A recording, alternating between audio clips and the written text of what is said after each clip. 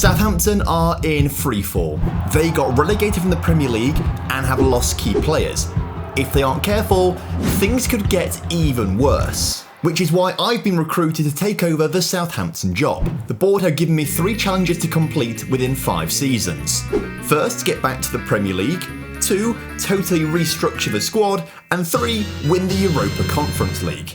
So, where do we start? I'm not happy with my centre midfield options. Luckily, we have 60 million to spend after the sales of James Ward-Prowse and Tino Livramento, which may be increased more as the Ramir Lavia situation hasn't been resolved yet. Either way, I got the transfers early, signing Martin Baturina from Dinamo Zagreb for 6.25 million. The young midfielder has bags of potential and will be a key player for the rebuild. He's going to be partnered up with Imran Louza, bought in from Watford for £10 million. Although with my plans for the season, he'll soon be known as Imran Winner.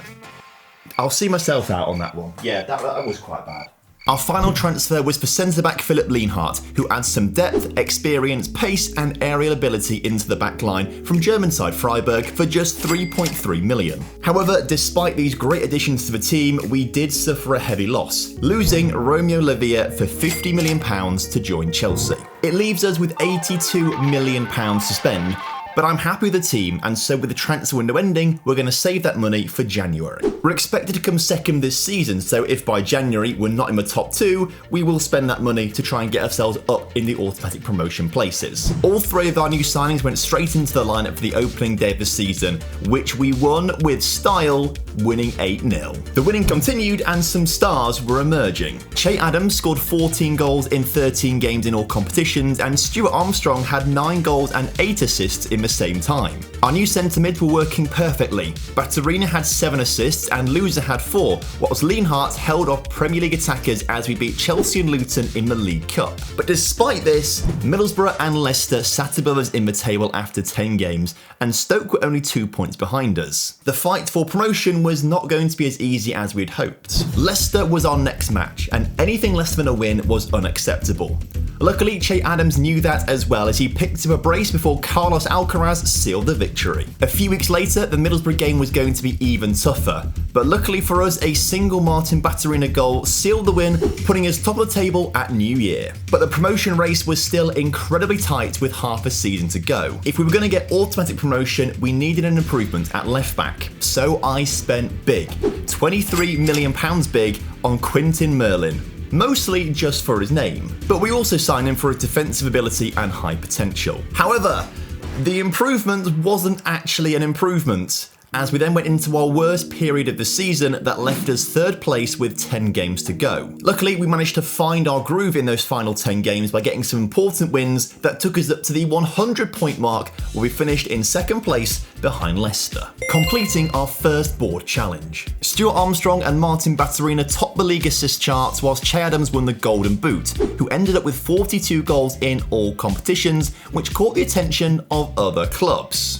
His contract was up at the end of the season, and he didn't want to renew a contract until the season had finished. At that point, Lille also put in a contract offer for him, which was more attractive than ours, meaning that we're losing our top scorer on a free transfer. Luckily, Aribo and both Armstrongs scored a lot, but the Premier League is a big step up from the Championship, and I don't feel confident playing a 4-2-3-1 straight after promotion, so one of them is going to be missing out on regular football next season. It also means we're going to have to sign a solid defensive midfielder as well as a striker, and a whole host of better backups to fill up the squad. The issue is, we only have £48 million to do that with, so there isn't going to be a huge big money signing. Instead, we signed Beto from Udinese for £14.5 million, and I'm hoping his pace alone will get us goals. And then for that defence midfielder spot, we brought in Lucas Torreira from Galatasaray for £11 million. To me, both of these are very sensible transfers. But that was over half our budget gone, so we had to start selling. Chaletazar had spent last season on loan at Lyon, and now they wanted to give us £25 million to make it permanent. We did fine without him last season, and that money is a lot of money, so I accepted. We raised a bit more cash by selling some deadwood players, and that gave us a nice kitty to bring in a raft of new signings. We didn't spend a penny on Alban Lafont, as we picked him up on a free transfer. Caleb Okoli adds competition at centre-back for $12.5 million, and Elias Yelert will hopefully soon take Walker Peters' right-back spot for $10.5 million. Gedson Fernandes adds a physical presence in midfield for £11 million, and Matt O'Reilly ended up being our most expensive signing at $17.25 million. But our best signing of a transfer window came from a very unexpected place: Manscaped. We welcomed the Performance Package 4.0 to the club, which includes the Lawnmower 4.0, the Weed Whacker 2.0, Crop Preserver, Crop Reviver, a fantastic pair of boxers, and the Shed travel bag. The Lawnmower 4.0 is for shaving, well, you know, your bits. It comes with 2 different length guards, so you don't accidentally go bald down there. But if you are after a very short lawn, the mower comes with skin-safe technology, so you don't accidentally cut yourself. I've now got kiwi shavings all over my keyboard. And then the boxers are genuinely the most comfortable pair of boxers I own. I've actually got 3 pairs of them now, and if I know I'm going to be on a long flight or a long car journey, I will wear these because I just know I'm comfortable in all of these. And they're anti-chafing too, so if you get a bit sweaty on the trip, then you know you're going to be comfortable still. I've been using Manscaped's products for a couple of years now. They are really, really high quality and lasting products, so it was so cool when they came to me and said, Tom, we want to work with you. So I am very proud to say you can get 20% off your order plus free shipping if you scan the QR code or visit the link in the description and use code TomFM20 at checkout. And so after getting every player to shave their balls, the side was ready for their return to the Premier League. I really feel that the strength in our depth is going to carry us through to a mid-table finish. We had a tough start to the season. We drew on the opening day thanks to a debut goal from Lucas Torreira, but then suffered defeats to Newcastle and West Ham. But we finally got our first win thanks to Beto's first goal of the season in the 88th minute against Liverpool. September was a mixed bag of results before Beto scored 5 past Wolves in an 8-0 thrashing away from home, which made him the league's top scorer after 10 games, leaving us 10th in the table. But after that, Beto decided to be the best striker in the world. He scored in almost every game we played and was the only player in the team to score a goal in November. But his highlights was a hat-trick against Bournemouth in a 4-1 win. Sadly, not all our results were wins, but just after the halfway mark of the season, we were in a comfortable 11th place and Beto was the league's top scorer. Which was good for us because Joe Aribo and Stuart Armstrong were nowhere near as effective as they were last season. Ideally, I'd replace both of them this January, but we'd spent all our money in summer. We did make £4 million from the sale of backup left-back Roman Parrard, but it wasn't enough to bring in a new winger. Plus, we also had to bring in a new left-back. But luckily, this came on a free transfer.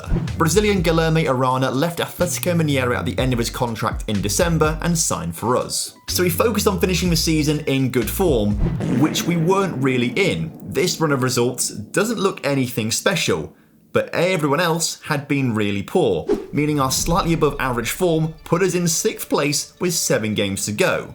There's 5 points between us and 10th place, so anything could happen. Joe Aribo scored the only goal of the game in a win over Spurs, before Beto scored a 92nd minute winner over Everton. As expected, Man City and Liverpool beat us, but Beto scored again to beat West Ham, and Quinton Merlin's penalty earned us a point away at Leicester. That leaves us in 7th place with 1 game to go, where we could finish as high as 6th or as low as 9th.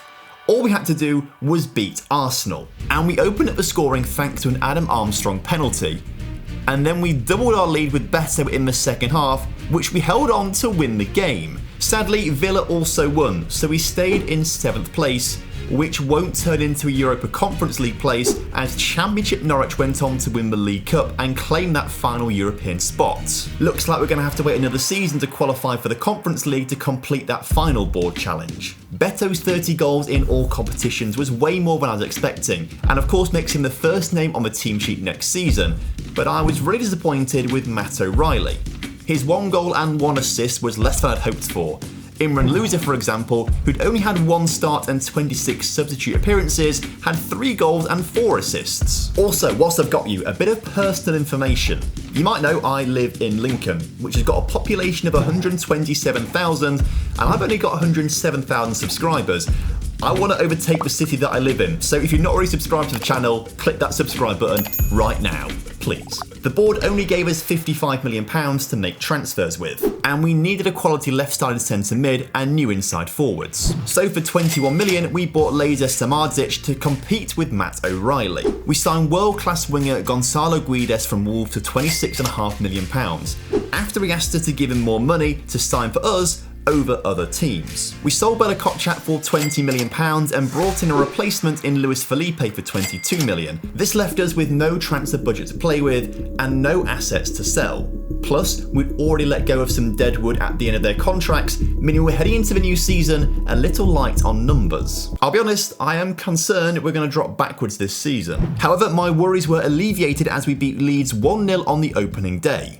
Gonçalo Guedes scored his first goal in a 2-0 win over Brentford, and Quintin Merlin's goal helped us to a 2-0 win over Arsenal. It meant that after 10 games we found ourselves in 7th place, 3 points off the top 4. Gonçalo Guedes had a great start to the season, but once he got settled into the team, he was unstoppable. He scored both goals in a 2-0 win over Bournemouth and slotted home a penalty against Burnley in a 2-1 win. He even inspired others around him as Joe Aribo scored the winner against Chelsea and Arsenal to put us 5th in the table on New Year's Day. But it was Beto who is still leading the scoring charts with his 15 goals. The lack of depth really showed in January as we lost all but one game. But as is always the way in Football Manager, the bad form ended as quickly as it started. With 5 games to go, we had propelled ourselves into the top 5 with a 5-point gap to Chelsea. However, we capitulated, picking up just 3 points from 4 games, which left us a single point ahead of Spurs with 1 game to go. Joe Aribo scored after 10 minutes to give us the lead, but Alexander Isak scored 30 minutes later to get back on level terms. Disaster struck as we gave away a penalty which Lionel Messi, yes, that Lionel Messi, ended up missing. We kept pushing, but in the end, it wasn't enough for the win. Thankfully though, Tottenham lost to Leeds, meaning we stayed ahead of them. But we fell behind Chelsea, who won their match, which meant we finished in 5th place. To know we were so close to Champions League football but ultimately fall was painful. But if you told me at the start of the season we were going to finish in 5th place and get Europa League football, I'd have taken that. But of course, there's now an extra spot in the Champions League for the top 2 leagues in Europe, meaning we actually did qualify for the Champions League after all. Given our squad was small and we needed depth for European football, I wasn't planning on selling anyone. So we'd have to use the £58 million given to us by the board very sensibly. Although we weren't helped when Philip Lienhart decided not to renew his contract and leave on a free transfer. His replacement was a 31-year-old Nathan Ake. We brought in the Champions League winner for £15.75 million, which on paper seemed like a great deal. We finally brought in a new right inside forward in Nicola Zaniolo for £26.5 million to provide competition for Joe Aribo. And then we finally added some competition for Beto by signing Lucas and Micha for the release fee clause of £14.75 million. And so at the start of season 4, I think it's safe to say we have completely changed this Southampton squad. Ticking off board request number 2. Zaniolo scored on his debut as we thrashed Wolves 3-1 before following it up with 4 more wins and a loss, putting us 3rd in the table. The next up was the Champions League, where all things considered, we'd been given a kind draw for the league phase. We won our opening game 3-0 against Swiss side St. Gallen before going one better with a 4-0 win over Red Bull Salzburg. Roma put us back in our place as they won 3-0 in our own back garden, and we also lost to Real Madrid and drew with Schalke. But wins against Dortmund, Galatasaray and Marseille put us in 11th place in the league phase, and through to the first knockout round. The extra games in Europe came at a cost to our Premier League campaign. It meant we sat 9th in the table after 23 games. Back to the Champions League, and Beto scored 4 goals in a 5-0 win over Feyenoord. We lost the second leg 1-0, but it didn't matter. We were in the round of 16. This time it was Lucas and Micha who got the goals as we beat his former club Man City 3-0 before Guedes and Samardzic scored the goals to send us into the quarter-finals. We travelled to Juventus for the first leg, which we drew 1-1 thanks to Martin Baturina's goal. But when the old lady came to Southampton, we battered them 5-0 in one of our best performances of the rebuild to make the semi-finals where we'd face Roma, the side who beat us 3-0 in the league phase. We also had 6 games left in the Premier League, where an improvement in our form had seen us rise up to 6th place. But back in the Champions League, Roma raced off to a 2-0 lead at half-time in the semi-final first leg. But following a red card early in the second half for Roma, and Micha got us a goal back. Roma then scored a third goal through Rick Karsdorp on the hour mark, but Beto did score an important goal late on to give us a glimmer of hope heading into the second leg. But sadly, Roma nullified our attack and we drew 0-0 to miss out on the Champions League final. We now had 3 games left in the Premier League to try and secure Champions League football for next season. Brighton scored late on to secure themselves a Champions League place before we struggled to a frustrating 1-1 draw away to the already relegated Ipswich. We did manage to beat Chelsea on the final day of the season, but it wasn't enough as we dropped behind Leeds, who took 5th place, and we had to settle for Europa League football instead. By the way, can we take time to appreciate this league table? Everton won the title, Brighton are in 3rd, Leeds are in 5th, and Southampton 6th. I mean, that's just ridiculous. Whilst we had dropped back a position in the league, the Champions League run had been lucrative, meaning we were given a transfer budget of 73 million and a real chance to win the Europa League in our final season. Alejandro Garnacho had found himself on the transfer list at Manchester United, so we broke Southampton's record transfer fee and brought in the young winger for 38.5 million to bolster our attacking options. Gavin Bazunu left the club on a free transfer over summer, so we signed up Juan Musso for 5.75 million to be our new backup keeper. And then to add some depth at centre-back, we signed Filippo Mane for 16.25 million. All 3 signings helped us build a much more complete squad than last season, meaning that if we didn't win the Europa League this season, it would be a complete failure. We had some tricky fixtures in the league phase. Villarreal and Hertha Berlin could cause us issues, but in actual fact, things went pretty well. We opened up the campaign with a 2-0 win over Monza, before beating Villarreal 4-0 and securing a 5-0 win over Shakhtar with Beto scoring a hat-trick. Garnacho then scored a hat-trick in a 4-1 win over Strasbourg and picked up the final goal in a 3-1 win over Panathinaikos. And Mitja scored a hat-trick in a 4-1 win over Hoffenheim before we rounded off the league phase with a 2-1 win away to Hertha Berlin and a 3-0 win away to Legia Warsaw. 8 wins from 8 games meant we topped the league phase with maximum points. All the while, the Premier League was going pretty well. We were away off the title fight, but we looked set to battle for those Champions League places. Trabzonspor were easy pickings in the Europa League round of 16.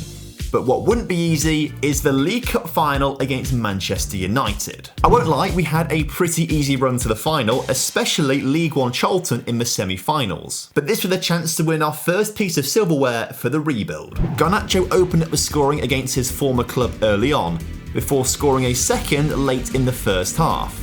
United didn't have an answer, and Beto punished the Red Devils in the second half with a brace of his own to lift our first trophy in 5 seasons. We set our sights back on the Europa League, and we've been drawn against Nice in the quarter-finals, who came second in the league phase. Thankfully though, Beto was on form in the first leg, and his brace earned us a 2-0 win away from home. Gedson Fernandez scored 2 minutes into the second leg, and Beto followed up with a second after 4 minutes. At that point, the game was already won, and despite former player Che Adams scoring late on, we ended up 6-2 winners on aggregate. Man City awaited us in the semi-finals, and we took an unexpected 3-0 lead away from the first leg. The second leg was an uneventful 0-0, meaning we are going through to the Europa League final. We haven't really focused on the Premier League much this season, and that's because it's been a very similar campaign to the previous 2 seasons. We ended up in 6th place again, although 70 points was our highest ever points total. 1 point more than our 5th place finish 2 seasons ago. But finally, the big game was here. The board had challenged us to win the Europa Conference League, but here we were in the Europa League final. Hertha Berlin awaited us, a team we'd beaten 2-1 in the league phase, and their team was good. Udogi, Doyle and Koch were players I had tried and failed to sign during this rebuild. 4 minutes into the game, Lucas Mitja won a penalty, which he went on to miss, hitting the woodwork.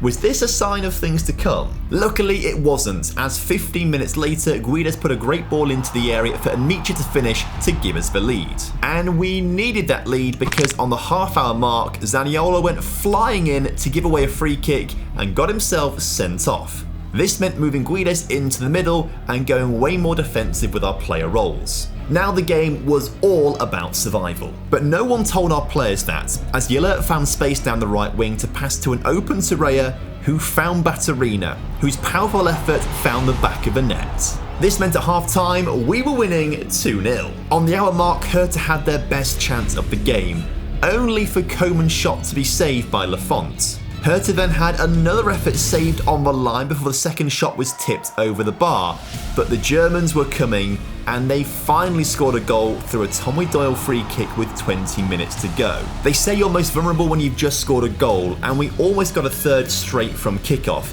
and Michi putting his effort inches wide of the post. We made some changes and tightened things up, and in the 90th minute, Beto got on the end of a Quinton Merlin corner to give us our third goal and surely the game winner. We'd done it, Europa League winners, and we'd exceeded the target the board set us 5 seasons ago. What a journey we'd been on. If you want to see me rebuild Liverpool to win the treble, that video is on screen for you right now.